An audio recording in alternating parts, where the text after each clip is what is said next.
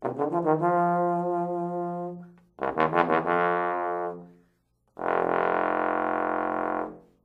I wanted to talk today a little bit about this fine instrument I'm holding. It's kind of not the prettiest thing. It was never lacquered. It's a prototype by Edwards, and I've had this horn since last April, so that's about, what, 8 months, something like that. And I was intrigued to try this.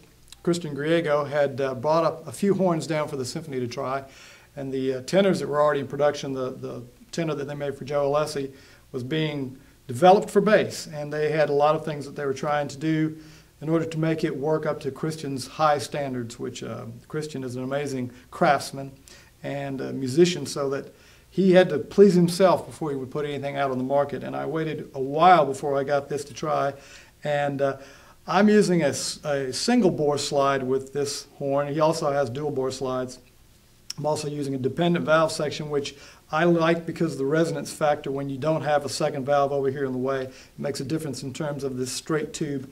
And Christian would tell you a lot more than I could ever tell you about it. But I did notice the first time I ever tried a dependent a few years back, I had one that really felt like it was more responsive and resonant than having the independent valves. Even though it's nice to have that, I really decided that for what I wanted, I didn't need to move around that swiftly, and I could always use my arm. So I decided to go with the dependent. There's another thing on here which you might see. It's kind of like a bolt stuck through the heart of this little funny gizmo here, the harmonic, I'm not sure what they call this. These things are called pillars. I'm not sure if there's a name for the flying wedge that's attached here. But it really does make a difference when you put these in, take them out, put them in different directions, coming from the top, from the bottom. There's some brass ones. This one I have is a steel. It might probably be a stainless steel. It's amazing because you take that little gizmo out and the horn plays differently.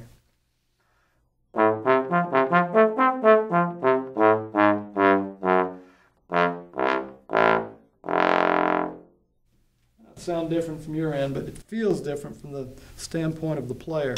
Now I got to take another few seconds. Talk amongst yourselves.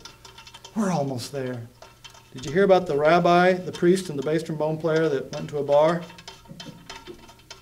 I didn't hear that one either, but it sounds like a good joke. There's got to be somebody out there that can. All right, so let's see if that sounds any different. Now that I've said it does it better.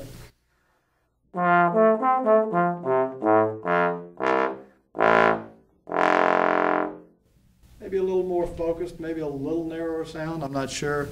But it does depend on what direction you put it in from, top or bottom. It depends on there are different lengths of pillars that they have. And it's really fun to sit at home and drive myself crazy by putting different ones in, playing a few notes and trying a different location. And that's the kind of thing that you can spend all night doing, amazing your friends. But I really do appreciate this instrument and the Edwards Company for making a really fine horn and being able to play. My last CD was played on this instrument. It was Connections. Hopefully everybody's heard of Connections. And if you haven't, there might be a few hundred still left in my closet we could sell you, so make sure you contact me as soon as you can. I'll send them over to you. Christmas is right around the corner too. The first CD I played, I was using a Greenhoe instrument, Bach Greenhoe, and I love that horn too. It's got a great sound. I think at a certain point, it's kind of like having a different kind of juice in the morning. If you spent 10 years every morning having apple juice, some morning it might be just the biggest thrill in the world to get up and have orange. I don't think there's anything wrong with Greenhoes, Shires, Edwards, Tyne, you name it. There's so many good horns being made today that it really comes down to what your preference is and what kind of work you need to use the instrument on. But right now, I like this one. And I seem to be able to get the kind of sound I want with the kind of effort I want to put into it. And I think some of it has to do with, over the years, your concept changes. But one of the things I really like about this horn is it's really clear, especially with a single bore slide. I think sometimes bass trombone players get a sound that's maybe too much like a tuba. I remember years ago Mark Gould said, "That sounds like a slide tuba." And when he said that, it wasn't a good thing. It was a derogatory comment. Although I love tubas and tubists, they're wonderful people, mostly. I don't want to sound like a tuba. I want to sound like a bass trombone. So I think this has a clarity that sometimes you find missing when you have maybe equipment that's a little bit on the tuba side. I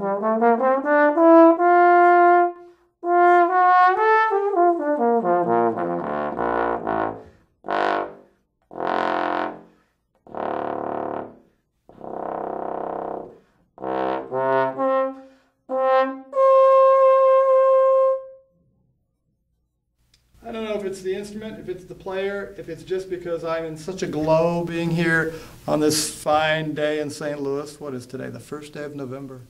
Lovely day, the weather's nice.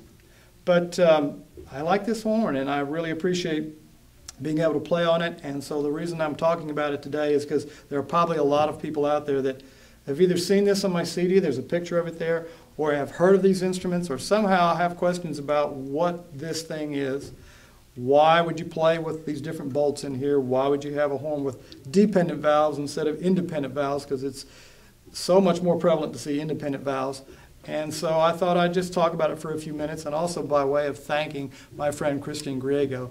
Thank you, Christian, for sending me this horn, allowing me to play it and make it dirty and make it my own. Nobody else wants it now because I've had my hands all over it. But it is a fine instrument, and I think that you couldn't go wrong. If you wanted to play one of these, you'd probably sound every bit as good as me. Maybe. Maybe better. Probably better, yes. Let's shoot for better, okay? So I will take us out with, what shall I play? Let's see. I played the St. Louis Blues March earlier. I was playing my solo. How about I play another very little known piece that bass trombonists have rarely heard?